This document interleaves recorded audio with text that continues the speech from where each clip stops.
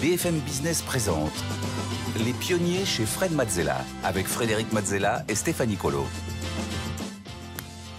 Cette semaine, au sommaire des pionniers, nous allons recevoir dans le tête-à-tête une pionnière qui a fondé 3 entreprises, qui a créé un collectif d'entrepreneurs qui s'appelle Sista, qui a monté un fonds pour justement soutenir toutes les sociétés mixtes, c'est-à-dire qui sont cofondées par des hommes et des femmes. Nous aurons l'immense plaisir et l'honneur de recevoir Tatiana Jama. Et en deuxième partie, c'est le pitch. Nous recevons 2 entrepreneurs cette semaine, Pierre-Étienne Bidon, fondateur de Mocacare, et Ruben Sigura, le fondateur de Douadi. Et puis enfin, en dernière partie, c'est Fred vous répond. Fred répondra aux questions que vous nous avez envoyées via la page web de BFM Business. Et tout de suite, pour commencer, le tête-à-tête avec Tatiana Jama. Les pionniers chez Fred Mazzella, le tête-à-tête. Bienvenue dans le tête-à-tête. Aujourd'hui, nous recevons Tatiana Jama. Bonjour Tatiana. Bonjour Frédéric. Alors, tu es l'une des toutes premières femmes entrepreneurs de la tech en France. Tu as fondé 3 entreprises, un collectif de femmes entrepreneurs et plus récemment le premier fonds d'investissement visant à financer exclusivement des équipes mixtes hommes-femmes. Alors, tu connais le principe du tête-à-tête ? Un peu. Tu vas découvrir. On va reprendre les grandes étapes de ton parcours.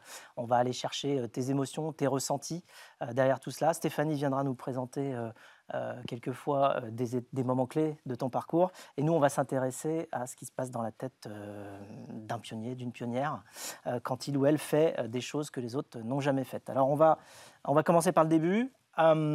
Tu es franco-américaine. Tu es aujourd'hui entrepreneur, investisseur, influenceuse au sens premier du terme, maman à temps plein également. Et pourtant, au départ, tu ne te préparais pas à cela puisque tu as fait des études de droit. Est-ce que c'était un rêve pour toi de devenir avocate, de faire du droit ? Oui, j'avoue que là, j'avais un fantasme autour de la robe d'avocat. Je me disais qu'une fois que j'aurais cette robe, j'arriverais à vaincre ma timidité, à défendre la veuve et l'orphelin. Et je pensais que c'était un peu la vie d'aventurier que j'avais toujours rêvé. Et puis, j'avais un peu trop regardé Ali McBeal aussi. Je ne sais pas si vous vous souvenez de cette émission où il y avait une femme avocate et qu'il arrivait pas mal d'aventures. Et j'ai réalisé très tôt que ce n'était pas tout à fait la vie d'aventurier que j'avais rêvé d'avoir. Pourtant, tu as fait toutes les études pour ça. J'ai fait toutes les études pour ça. Parce que tu as fait donc, des études de droit des affaires à l'Université Paris 1, Panthéon-Sorbonne, dont 1 an à NYU Stern, donc l'université à New York. Un master en droit des affaires et management international à HEC. Tu as fait l'école du barreau. Et puis tu as fait une première plaidoirie. Alors, comment ça s'est passé ?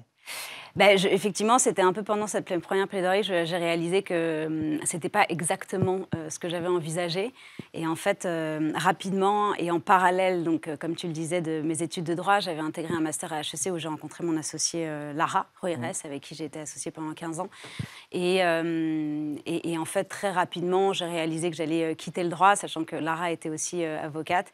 Et donc, on a rapidement décidé toutes les deux de bifurquer pour aller plutôt vers l'aventure entrepreneuriale et on ne regrette pas. Alors, comment tu l'as rencontrée justement, Lara ? Lara, je l'ai rencontrée, c'est pas très conventionnel, mais dans la file d'attente d'une boîte de nuit. Comme quoi, il faut aller faire la fête, ça sert toujours. Effectivement, dans cette file d'attente, on a pas mal discuté et on a finalement discuté toute la nuit. D'accord, donc vous avez parlé business dans la file d'attente ? Voilà, on parlait business et on a passé la soirée à réfléchir à des idées de boîte. Et puis, quelques semaines après, on s'est retrouvés sur les bancs d'HEC et après avoir passé du temps à étudier, à faire des projets ensemble, on a décidé de se lancer. Elle a aussi fait du droit. Elle a aussi fait du droit et ça nous a valu pas mal de complications puisqu'au début, quand on disait qu'on était 2 jeunes avocates, femmes qui n'avaient jamais fait de la tech, qui se lançaient dans la grande aventure de l'entrepreneuriat, personne ne nous a vraiment pris au sérieux. Et je pense que ça m'a toujours suivie. Personne ne m'a jamais vraiment pris au sérieux, mais finalement, c'était un challenge. Donc vous vous lancez toutes les deux dans l'entrepreneuriat en lançant Dealissime. 2 jeunes avocates. Et donc, on vous a reproché un peu parfois d'être des clones ou enfin, ça faisait peur, tu penses Oui, ça faisait peur. Merci beaucoup pour cette photo de l'espace. Ça faisait peur, bah, oui, clairement, encore une fois, 2 jeunes femmes avocates, sans compétences tech, qui se lancent dans l'entrepreneuriat et qui donc n'étaient pas très complémentaires, sachant que ce qu'on regarde beaucoup dans les équipes, notamment quand on essaye de lever des fonds, c'est la complémentarité. Et clairement, nous, on n'était pas du tout ni complémentaires, ni prédestinés à cet avenir-là. Mais au fur et à mesure, on a réussi à faire nos preuves. Alors, que faisait Dilissim, Stéphanie? Proposer un service d'achat groupé dédié aux femmes. Chaque acheteuse s'inscrit à des deals qui, s'ils réunissent un nombre suffisant de participantes, permettent d'obtenir des produits et des services orientés vers le haut de gamme, à des prix évidemment très avantageux. Un principe gagnant-gagnant pour Dilissim, pour les acheteuses évidemment, et puis aussi pour les commerçants implantés d'abord à Paris, Lyon et Marseille. Le succès a été immédiat et il est tel qu'un an après la création de Dilissim, l'américain Living Social, qui est le concurrent direct de Groupon, devient actionnaire majoritaire de Dilissim. Tout à fait. Alors, racheté après à peine 2 ans, c'est vraiment un succès totalement éclair. Ça s'est passé comment, alors, justement, cette phase de revente? Effectivement, on ne s'y attendait pas. Je pense que ce soit notre première levée de fonds ou la vente, à chaque fois, c'était un peu des moments qu'on n'avait évidemment pas du tout anticipés. Et ce qui s'est passé, c'est qu'effectivement, on devait lever des fonds à ce moment-là. Finalement, on n'arrivait pas à lever suffisamment puisque le concurrent américain avait levé à ce moment-là 300 millions. Nous, on avait levé 600 000 euros. Donc, 600 000 euros, 300 millions, petite différence. Et donc, en levant des fonds, on a essayé aussi de rentrer en contact avec un certain nombre de partenaires américains. Et j'avais envoyé une bouteille à la mûre sur LinkedIn. Je ne sais pas si c'est encore possible, mais en tout cas, à l'époque, c'était en 2011. Donc, j'envoie un mail en disant « Hi, I'm a French entrepreneur. Je cherche à lever des fonds ou à rejoindre un groupe industriel. » Et quelques semaines plus tard, les équipes de Living Social, donc une filiale d'Amazon, étaient à Paris et le début de la négociation a commencé. Donc, comme quoi, tout peut partir d'une bouteille à la mer sur LinkedIn. Juste après ça, vous refondez toutes les deux une autre boîte ensemble, donc Sélectionniste en 2013, basée sur la technologie. Donc là, c'était très tech, hein, c'est quand même assez un challenge aussi d'aller dans ce domaine-là. Tu peux nous raconter brièvement l'aventure Sélectionniste, comment ça a démarré, comment ça a continué, où ça en est, comment vous avez transformé aussi, parce que je crois qu'après, justement, ça a aussi donné lieu à justement Levia que vous avez fondé juste après. Oui, avec plaisir. L'idée était assez simple, c'était de se dire aujourd'hui, quand on voit quelque chose qui nous intéresse, soit on déchire une page, soit on prend une photo, et donc nos appareils, nos téléphones sont devenus finalement... il y a énormément d'images qui devraient être connectées, entre guillemets, mais qui ne le sont pas, qui sont en fait des aides-mémoire. Donc on s'est dit, pourquoi est-ce qu'on ne pourrait pas juste simplement, en prenant en photo une image, l'acheter? Donc c'était un peu l'ancêtre du QR code. Et donc on a commencé en faisant des partenariats avec une trentaine de magazines féminins, donc le Elle, le Madame, le Vogue.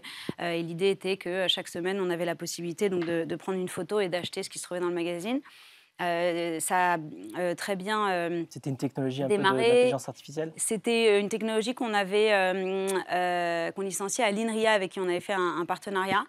Et effectivement, tout était basé sur une technologie de reconnaissance d'image. Et on avait levé 2 millions d'euros avec le fonds Elaya Partner et le Family Office de la famille Fiat et quelques business angels. Et donc, on a passé énormément de temps à évangéliser un peu ce marché de l'image connectée. Et au fur et à mesure, c'est devenu en fait une techno, parce qu'on s'est rendu compte qu'il y avait finalement plus de valeur dans la techno que dans l'usage qu'on en faisait. Et donc, on a un peu scindé la société en différents actifs. D'accord. Et donc, ça a donné ensuite Levia. Vous avez encore... On a encore entrepris avec Levia. Troisième boîte. Effectivement, Levia, que Lara Roires dirige aujourd'hui, c'est une... Toujours toutes les deux. Hein. Ouais, toujours toutes les deux. C'est ce qu'on appelle du search conversationnel. Donc, l'idée, c'est de pouvoir parler en langage naturel à une machine et qu'elle réponde et qu'elle comprenne les intentions.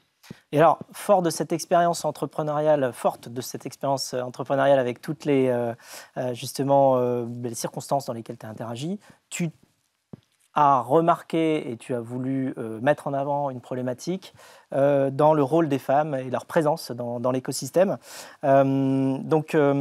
Tu crées en 2018 le collectif de femmes entrepreneurs et investisseurs Sista, pour sister un peu, hein, Ouais. c'est ton anglais, anglais américain. Quelle est l'ampleur du problème ? L'ampleur, il y a tout dans la question. Ce qui s'est passé, c'est que donc, en 2018, je partageais les bureaux de Litchi, donc, qui a été fondé par Céline Lazorte. Avec Céline, on discutait beaucoup, puisqu'on avait commencé en 2008 toutes les deux, qu'on était en 2018, et qu'on a réalisé qu'en 10 ans, finalement, il n'y avait pas grand-chose qui avait bougé, puisqu'on posait un peu les mêmes questions absurdes autour de l'entrepreneuriat au féminin. Donc, on disait que les femmes manquaient d'audace, qu'il n'y en avait pas assez. On demandait où étaient les femmes alors que nous, on en voyait plein. On mettait en cause, encore une fois, leur ambition alors qu'on était entouré de femmes extrêmement ambitieuses. Et donc, on s'est dit, il doit y avoir un problème qui est quand même un peu plus gros que le fameux manque d'audace. Et donc, on s'est mis à compter avec une conviction forte qui était de compter les femmes pour que les femmes comptent. Et en comptant, donc tout simplement, c'est assez fou que personne ne l'ait fait avant, en allant sur des sites de venture capitalistes, en allant sur LinkedIn, on a réalisé qu'il y avait uniquement 2% du venture, donc de l'argent qui finance l'innovation, qui était allé à des femmes entrepreneurs sur les 10 dernières années. 2%. Voilà. Et donc, quand on a vu le 2%, on s'est dit qu'il y avait quelque chose. C'est moins qu'un pourboire. Évidemment qu'il y a énormément de problèmes autour de la mixité en entreprise, mais qui a été quand même régulé. Et quand on parle de l'entrepreneuriat, nous, ça a vraiment été un choc, parce que c'était finalement, pour nous, une façon de construire un monde un peu nouveau. En tout cas, c'était la promesse. Et quand on a vu ces chiffres, on s'est dit qu'il y avait évidemment un problème qui était beaucoup plus important et qu'il fallait qu'on essaye de l'adresser, notamment du fait qu'on avait un réseau et qu'on avait la possibilité d'agir à ce niveau-là. Et l'adresser avec l'humour, hein, justement, puisque ce que vous avez fait, c'est que vous avez commencé par faire une campagne indiquant « et si j'étais une femme ou si j'étais un homme, quelles seraient mes chances de lever des fonds ?» Donc vous êtes parti sur cette thématique-là, hein, justement, en prenant des hommes qui avaient levé des fonds. Donc du coup, moi aussi, j'avais participé à cette campagne. Là, on voit Cédric O. Est-ce que pour lever des fonds, il faut être un homme ou devenir un homme? Donc là, on a Fleur Pellerin en homme et en femme. On a Laura Medji en homme et en femme également. Et Céline Lazorte. Donc vous avez pris plein de personnes emblématiques quelque part de l'écosystème tech pour faire une campagne un peu humoristique en posant la question, est-ce qu'en homme, on aurait plus de chances de lever des fonds qu'en femme? Ouais. L'idée, c'est qu'effectivement, on le fait souvent. Enfin, je pense que les deux piliers aujourd'hui et depuis toujours de Sista, c'est la data, parce qu'encore une fois, en fonction de culturellement d'où on vient, il y a des différences qui sont assez incroyables sur la vie autour de l'égalité homme-femme. Et donc, en étant très orienté data, finalement, on arrive à effacer un peu le bruit. Et le deuxième pilier, c'est l'humour, parce que les chiffres sont tellement catastrophiques que si on ne s'amuse pas un peu, franchement, on ne va pas aller loin. Et donc, effectivement, c'est quelque chose qui revient souvent. Donc, cette campagne a été la première, mais on en a fait d'autres et on va en faire d'autres. Justement, tu avais fait une autre campagne qui a pas mal marché, je crois, Stéphanie.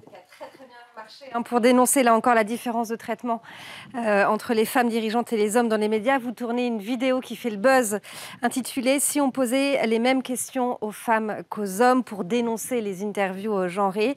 8 grands patrons sont interrogés, dont Xavier Niel, Nicolas Hieronymus ou encore Fred, avec des questions telles que comment gérez-vous le syndrome de l'imposteur ou encore c'est quoi votre morning routine, ce qui nous vaut une réponse très gênée de Fred. On regarde. Vous n'êtes pas stressé? Non. Si. Si? Ça va bien se passer. Hein. J'espère. Très beau costume. Oui, je vous remercie. Vous êtes très beau.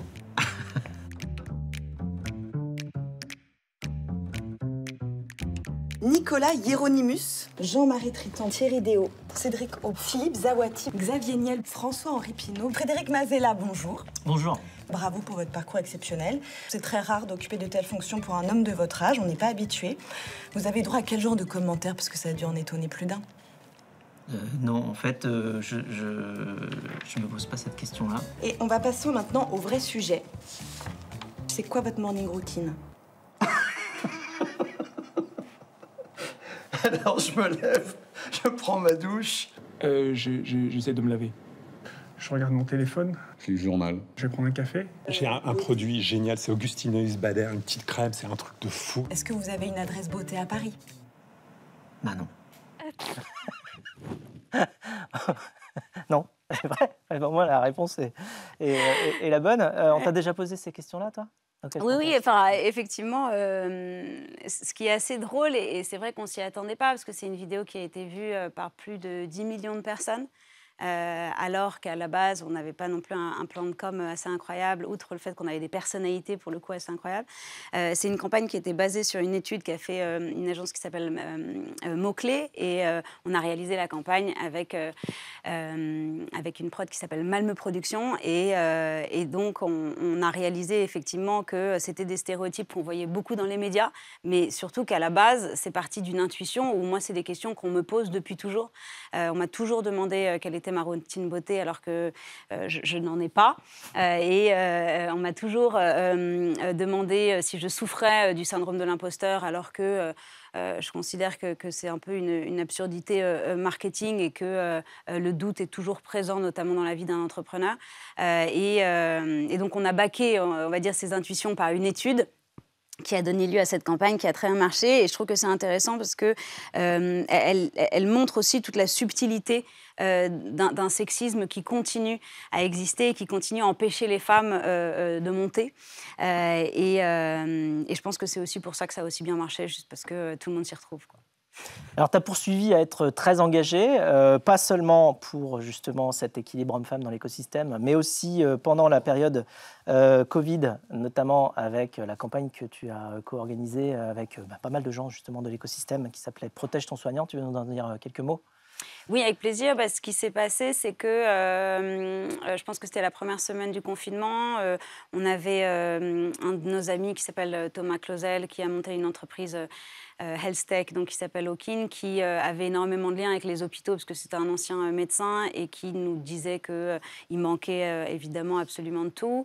Et au début, c'était juste donner un coup de main pour essayer d'acheminer quelques masques, quelques respirateurs, quelques repas. Et au fur et à mesure des semaines, on s'est rapidement organisé, parce que je pense que ce qui nous reliait, c'était notre capacité, notre envie d'entreprendre et d'aider, notamment les soignants. Et ça a été une aventure humaine assez exceptionnelle. C'est parti d'un groupe WhatsApp, ça a grandi. Voilà, c'est parti d'un groupe WhatsApp. On a rassemblé 120 bénévoles. Ça a duré à peu près 6 mois. Vous avez collecté 8 millions d'euros. On a collecté 8 millions d'euros. Livré 380 hôpitaux. On a livré 380 hôpitaux. On était en lien avec les ARS, avec les hôpitaux, avec l'ensemble des établissements qu'on pouvait aider. Et on a mis en place une organisation un peu agile qui, d'un côté, levait des fonds, faisait de la com pour lever des fonds, acheminait... Avec Star Solidaire pour lever des fonds aussi. De l'autre Avec côté, Star vous avez Solidaire réussi à aussi. mobiliser tout un tas de personnalités de tout l'écosystème français, de Yannick Noah à Jean-Jacques Goldman, je crois bien. Oui. Ouais, effectivement, c'était pour la bonne cause, et je pense que tout le monde avait très envie d'aider. Ça a été un moment de solidarité incroyable, et je pense qu'on était c'était un climat tellement anxiogène que le peu qu'on pouvait faire nous faisait du bien. Et donc tout le monde a été absolument incroyable d'un point de vue opérationnel, mais aussi on a vraiment eu des gens qui ont travaillé nuit et jour pendant 6 mois pour justement accomplir tout ça.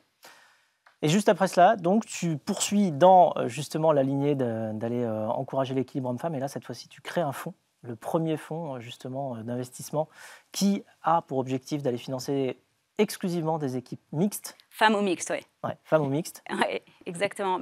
Effectivement, à partir de 2018, j'ai commencé à m'intéresser à ce qu'on appelle le funding gap et l'impact investing. Le funding gap, c'est la différence de levée de fonds entre les femmes et les hommes entrepreneurs. Et avec notamment Sista.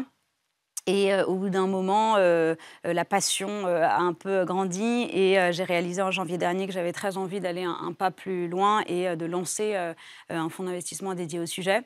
Et je pense que du fait que je suis entrepreneur, au bout d'un certain temps, à dire il faut absolument investir dans des femmes. J'investissais aussi pas mal dans des femmes en tant que business angel. Je me suis dit qu'il fallait professionnaliser tout ça. Et donc, j'ai lancé à partir de janvier avec la société 50 Partners et Jérôme Mazurel un fonds d'investissement qui s'appelle le Sista Fund, qui a pour ambition de lever 100 millions d'euros pour financer les équipes femmes ou les équipes paritaires. Et on a aujourd'hui fait un premier closing. Donc, à 30 millions avec énormément d'entrepreneurs de la tech, la Française des Jeux, la BNP et L'Oréal. Et on continue sur notre lancée pour essayer d'atteindre cet objectif de 100 millions. Et alors, on a une question surprise pour toi de quelqu'un que tu apprécies beaucoup. C'est parti. Bonjour Tatiana, c'est Cédric. J'espère que tu vas bien. Écoute, j'ai une question assez personnelle pour toi. Tu as déjà fait 3 boîtes. Tu as créé une boîte, puis tu l'as revendue. Tu as recréé une boîte, puis tu l'as revendue. Puis tu as recréé une boîte. Tu lances aujourd'hui, il y a quelques semaines, un fonds d'investissement. Et puis à côté de ça, tu t'engages sur les sujets qui te tiennent à cœur, comme Sista, la cause des femmes, etc., etc. Et donc ma question, elle est assez simple. Elle est, dans le fond, tu ne te poses pas beaucoup. Qu'est-ce qui fait courir Tatiana Jama? Qu'est-ce qui fait courir Tatiana Jama? Demande Cédric O, notre ancien ministre du numérique. Un mot juste sur Cédric, je me permets, parce que je pense qu'on n'aurait pas pu... Sista n'aurait pas pu avoir l'ampleur que Sista a aujourd'hui sans finalement un engagement très fort de la part du gouvernement. Cédric O a été assez clé puisqu'il a pris le sujet au sérieux. Là où malheureusement beaucoup ne le prennent pas au sérieux et considèrent que c'est des sujets de façon condescendante qui sont moins importants. Et je pense que le fait qu'il le porte haut et fort a été assez clé dans le développement de Sista. Donc je le remercie. Qu'est-ce qui fait courir Tatiana Jama? Encore une fois, l'adrénaline qu'offre l'entrepreneuriat. Je considère que lancer un fonds, c'est aussi de l'entrepreneuriat. C'est assez extraordinaire de se lever tous les matins, de travailler avec les gens qu'on a choisis, d'être au cœur d'une actualité tech que je trouve passionnante, et puis surtout de se dire qu'on peut avoir un impact. Et si dans 5 ans, j'ai levé un des plus gros fonds Genderlens, donc focus sur les femmes entrepreneurs qui surperforment, et que j'ai réussi à prouver que c'était non seulement un investissement rentable, mais que c'est un investissement encore plus rentable que d'investir dans des équipes 100% masculines. Je pense que la course aura valu le coup. Bon alors, et pour tout cela, et pour aussi t'encourager à continuer, tu as reçu l'Ordre national du mérite, justement, de la part de Cédric O. Il faudrait un canapé de psychanalyse ici. Ah non, il n'y a pas de canapé là. Ici, c'est quand même, tu vois. Donc, on te voit ici avec le drapeau français. C'est à Bercy, je crois. Oui. Lors de la remise de. Je suis très fière, c'était une très jolie photo. Ouais. Ça représente quoi pour toi?